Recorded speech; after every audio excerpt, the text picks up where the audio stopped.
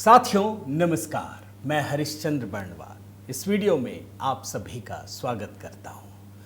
दोस्तों, बिहार को लेकर बल्कि कहिए बहुत सारी कहानियां बनाई जा रही हैं, बनाई जा चुकी हैं और आने वाले समय के लिए भी बनाई जा रही हैं।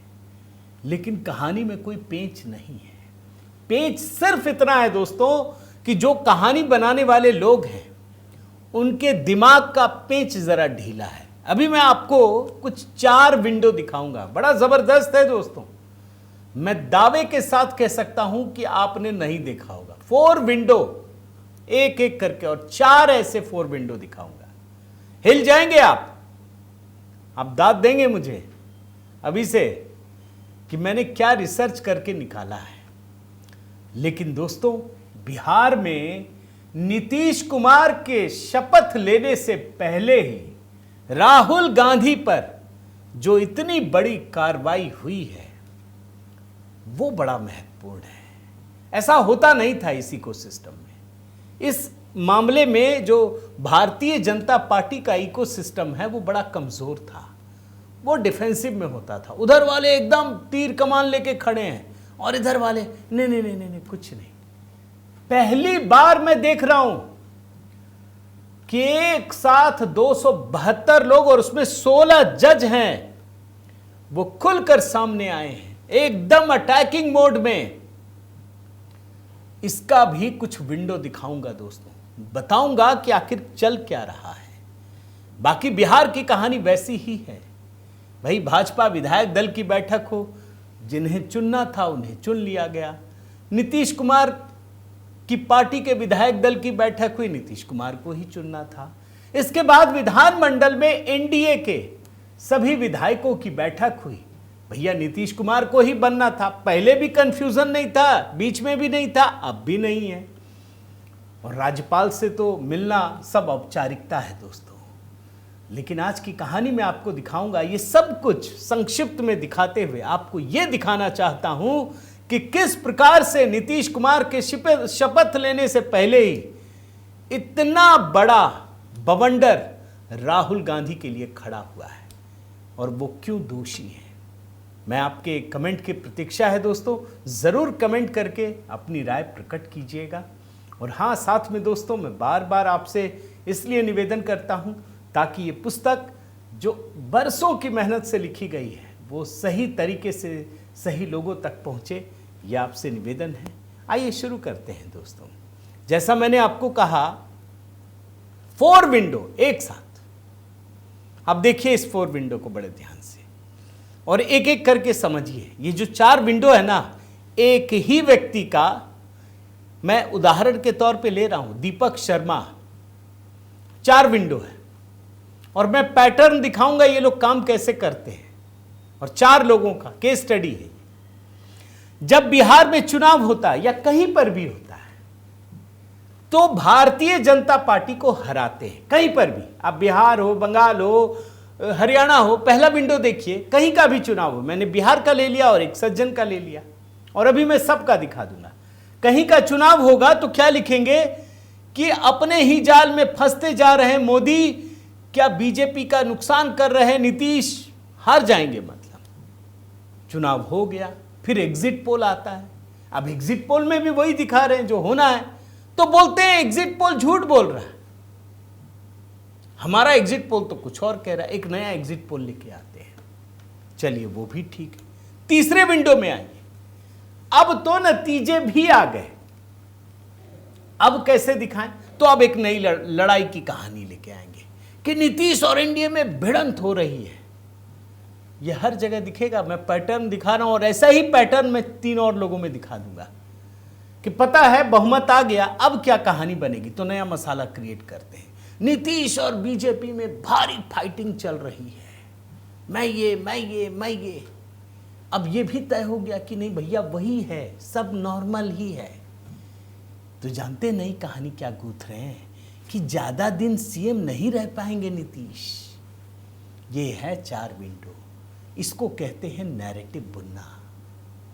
झूठी झूठी झूठी झूठी कहानियां कैसे एक के बाद एक आगे बढ़ती है।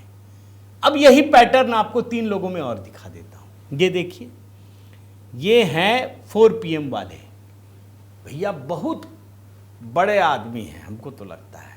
सारे लोग अभी केस लड़ने के लिए सीधा कपिल सिब्बल और सिंघवी यहां तक पहुंच है इनकी, ये समझ लीजिए। वही पैटर्न है, चुनाव से पहले चलाते रहे कि इंडिया गठबंधन की भयंकर जीत, एनडीए की भयंकर हार, फिर एग्जिट पोल आ गया। अब ये कहने लगे कि एग्जिट पोल तो झूठा है, हमारा एग्जिट पोल तो कुछ और कहता है। फिर पता चल गया कि सरकार बनेगी ही, अब इनकी रिजल्ट भी आ गया, तो नीतीश और एनडीए में लड़ाई शुरू हो गई है। कहानी देखिए, अब पता चला कि नहीं नीतीश ही बनेंगे, तो अब नई कहानी कि ज्यादा तो रहेंगे नहीं। ठग लिया भाजपा वालों ने, या तो नीतीश ने उनको ठग लिया या भाजपा ने उसको ठग लिया। पैटर्न दिखा रहा हूं आपको। फिर आगे बढ़िए, अब ये सत्य हिंदी देखिए, ये भी वही करता है। मतदान से पहले भाई हार जाएंगे एनडीए, भाजपा हार जाएगी, तेजस्वी मुख्यमंत्री बनेंगे। एग्जिट पोल आया तो कहने लगे एग्जिट पोल झूठा है। अब जब रिजल्ट आ गया तो नीतीश और भाजपा में लड़ाई चल रही है, और जब ये भी पता चल गया कि नहीं नीतीश ही मुख्यमंत्री बनेंगे, तो भैया क्या नीतीश 5 साल मुख्यमंत्री रह पाएंगे? दोस्तों, अगर कहीं पर भी ऐसा आपने नैरेटिव इस तरीके से देखा हो तो जरूर बताइएगा। एक एक व्यक्ति पर बड़ी मेहनत करके ये तैयार किया है। एक आखिरी दिखाता हूं दोस्तों, ये प्रज्ञा देखिए, मतदान से पहले पलट गया खेल, तेजस्वी यादव जीत लिए, मतदान से पहले ही जिता दिया। एग्जिट पोल आया तो उलट गया एग्जिट पोल, पता नहीं कहां से उठा करके ले आते हैं। फिर पता चला नहीं जीत गए, तो एनडीए का झगड़ा कि भाई रिजल्ट ने नीतीश को बांध दिया, अब तो झगड़ा शुरू हो गया। अब पता चल रहा है कि नीतीश ही होंगे, तो नई कहानी उठा लाए। ये पैटर्न है दोस्तों। अब मैं आपको राहुल गांधी पर लेकर आता हूं। आज राहुल गांधी को लेकर के दोस्तों, ठीक नीतीश के शपथ से पहले इतनी अच्छी खबर आई, सुखद खबर है। मैं तो दाद देता हूं, मैं स्वागत करता हूं, जरूर देखना चाहिए।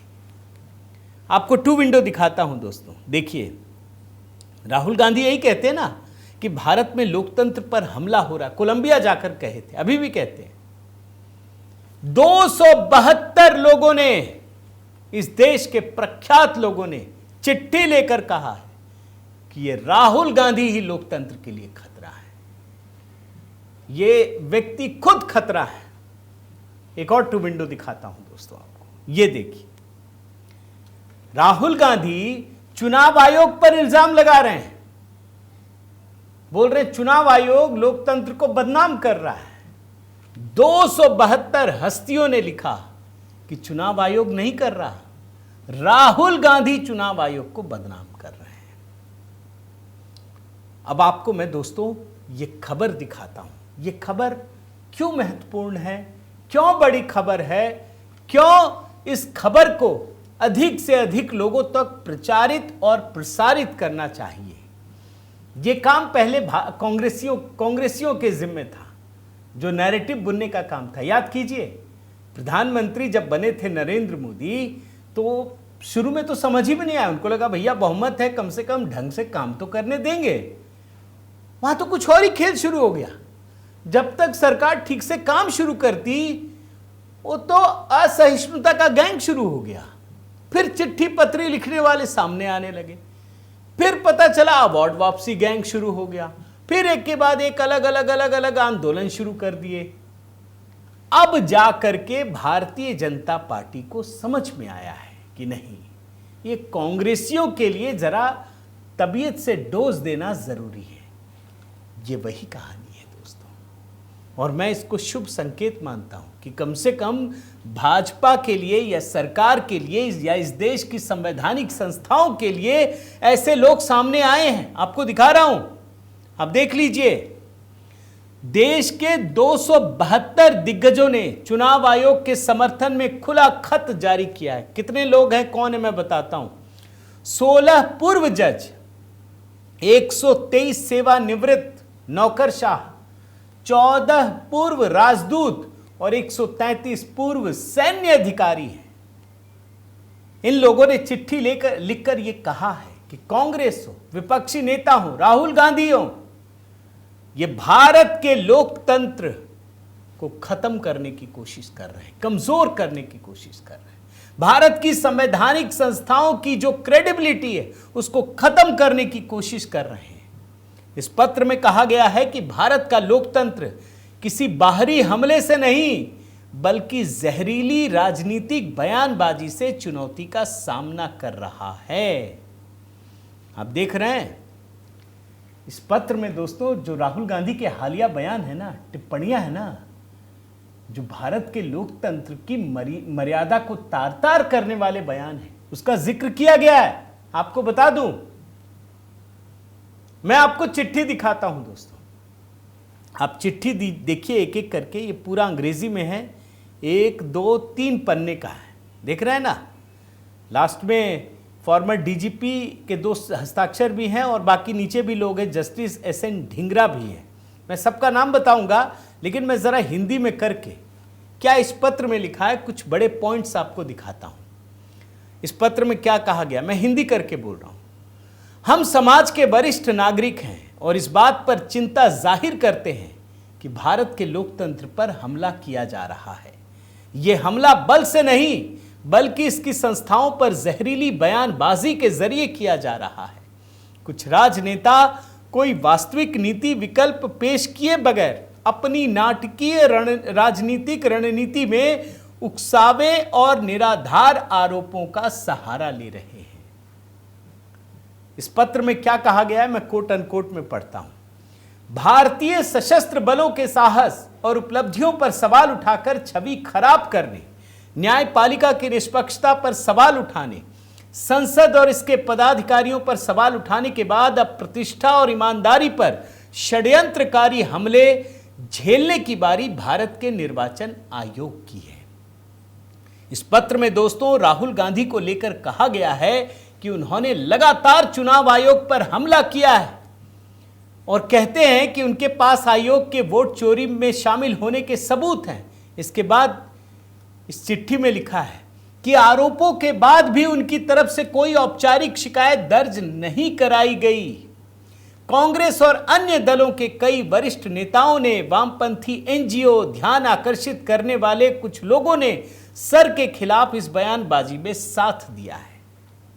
सिर्फ साथ दे रहे हैं, हवाबाजी कर रहे हैं, बदनाम कर रहे हैं। आगे क्या लिखा है वो भी सुनिए। यहां तक घोषणा कर दी गई कि आयोग बेशर्मी के साथ भाजपा की बी टीम के तौर पर काम कर रहा है। ऐसी बयानबाजी भावनात्मक रूप से ताकतवर तो हो सकती है, लेकिन जांच में यह टिकेगी नहीं, क्योंकि चुनाव आयोग ने सार्वजनिक रूप से सर का तरीका साझा किया है। इसकी निगरानी अदालत के बताए तरीकों से की गई है। जो अपात्र हैं, इनएलिजिबल लोग हैं, अपात्र नामों को हटाया गया है, नए पात्र मतदाताओं को शामिल किया गया है। इससे पता चलता है कि यह आरोप संस्थागत संकट की आड़ में राजनीतिक हताशा छिपाने के लिए है। वैसे मैं ये वीडियो रिकॉर्ड कर रहा हूं ना दोस्तों, तो मैं बताता हूं, आज ही मेरी सोसाइटी में भी जो स्पेशल इंटेंसिव रिवीजन वाले लोग हैं ना, वो आए, उन्होंने बाकायदा देखा, एक एक दस्तावेज देखा, हमने दिखा दिया, भैया ये आधार कार्ड है, ये नंबर है, ये वोटिंग कार्ड है, फॉर्म भराया, चले गए लेकर। अब इसमें क्या दिक्कत है भाई? वो यही तो देखने आ रहे हैं जेन्युइन आदमी है या नहीं है। कहीं ऐसा तो नहीं कि व्यक्ति है ही नहीं, कहीं और चला गया है। इस पत्र में एक और हिस्सा पढ़ता हूं दोस्तों। कांग्रेस नेता जैसा बर्ताव कर रहे हैं उसे बार बार चुनावी असफलता और हताशा से पैदा हुआ गुस्सा कहा जा सकता है। इसमें आगे कहा गया है, जब राजनेता आम नागरिकों की महत्वाकांक्षाओं से दूर हो जाते हैं तो वो अपनी विश्वसनीयता दोबारा बनाने के बजाय संस्थाओं पर भड़ास निकालते हैं, विश्लेषण की जगह नौटंकी ले लेती है, जन सेवा की जगह तमाशा होने लगता है। विडंबना यह है कि जिन कुछ राज्यों में विपक्ष की अगुवाई वाले दल सरकार बना लेते हैं, वहां चुनाव आयोग की आलोचना खत्म हो जाती है। जब कुछ राज्यों में उनके पक्ष में नहीं आता तो आयोग विलीन हो जाता है। अब जानते हैं किन किन लोगों ने साइन किया?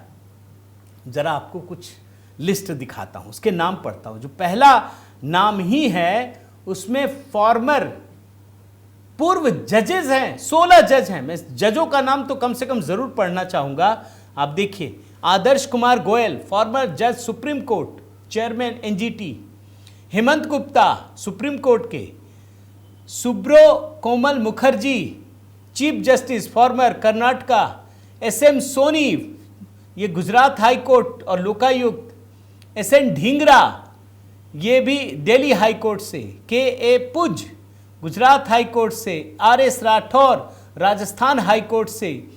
आर के मेहरोत्रा, पी एन रविंद्रन, करमचंद पुरी, ये सारे बड़े नाम हैं दोस्तों।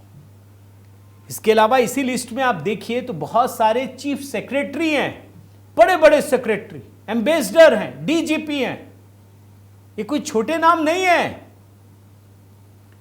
14 एम्बेसडर और 123 ब्यूरोक्रेट।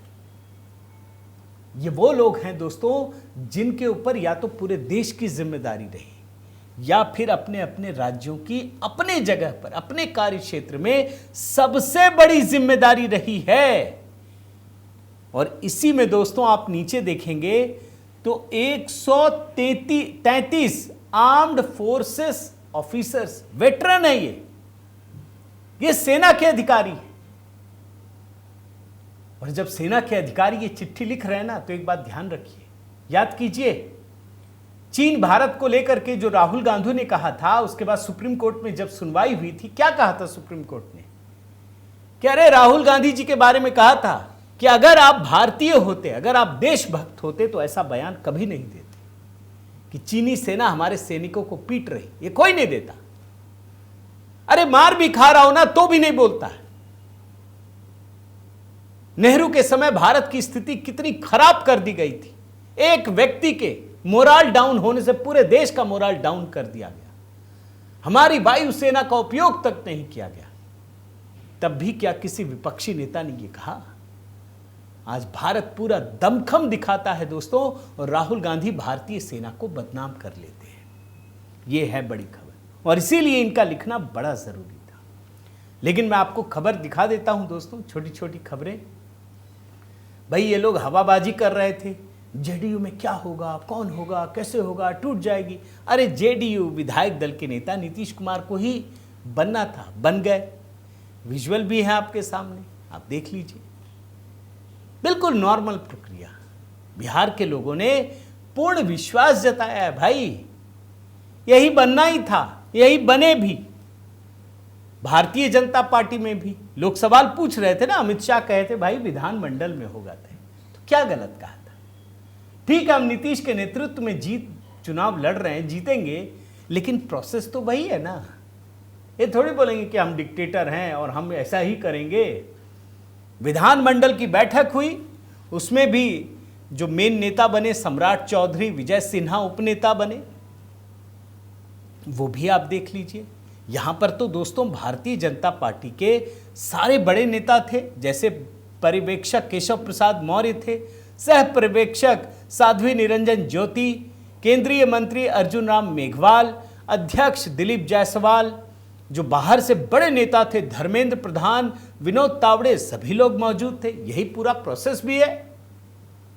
और इसके बाद दोस्तों ये लोग विधानमंडल में बैठक हुई, राज्यपाल से मिलना और फिर शपथ। और जो मंत्रियों की लिस्ट है वो भी सबकी लगभग आ गई है, सबकी आ गई। हाँ ठीक है, जो मंत्री बदलेंगे या जो भी होगा, मगर आप मान कर चलिए कि अगर एनडीए की बैठक है, बिहार में नीतीश कुमार मुख्यमंत्री हैं, तो नीतीश कुमार एक बड़े नेता हैं। लेकिन भाजपा को इग्नोर नहीं करेंगे वो भी, और भाजपा नीतीश जी को इग्नोर नहीं करेगी। भाई दोनों को मिलकर ही चलना है। पूरी जनता ने दोनों पार्टियों को संयुक्त रूप से ये प्रचंड जनादेश दिया है। हालांकि इस बीच दोस्तों मैं एक तस्वीर के बारे में जरूर बताना चाहूंगा, आपको दिखाना चाहता हूं। ये देखिए, विधायक दल की बैठक के बाहर एक पोस्टर मुझे दिखा, देख रहे हैं? नीतीश कुमार जी को हार्दिक बधाई एवं शुभकामनाएं, सनातन धर्म की जय। एनडीए की भारी जीत पर माननीय श्री नरेंद्र मोदी भाई देश को यशस्वी प्रधानमंत्री जी एवं बिहार को यशस्वी श्री आदरणीय नीतीश कुमार जी को हार्दिक बधाई और शुभकामनाएं। सनातन धर्म की जीत, क्या कहेंगे आप? तो दोस्तों, मैंने जितने भी अपडेट्स हैं वो सारे एक साथ आपको बताने की कोशिश की, लेकिन इसमें जितने नैरेटिव्स थे वो खास करके आपको दिखाने की कोशिश की। राहुल गांधी अगर वक्त रहते संभल गए तो ठीक है, नहीं तो उनकी भी मुश्किलें बढ़ेंगी। क्या आप मेरी बात से सहमत हैं? क्या आपको लगता है कि राहुल गांधी जिस तरीके से संवैधानिक संस्थाओं को बदनाम कर रहे हैं, क्या वो रुकेंगे, ब्रेक लगाएंगे? जरूर इसका जवाब दीजिएगा दोस्तों। साथ ही आपसे निवेदन है कि अगर आपने चैनल सब्सक्राइब नहीं किया है तो जरूर कीजिए, लाइक कीजिए, बेल आइकन दबाइए। और हाँ दोस्तों, संघ की अनसुनी कहानियां जो मेरी 8वीं पुस्तक है, कमेंट में पिंड कर दिया है।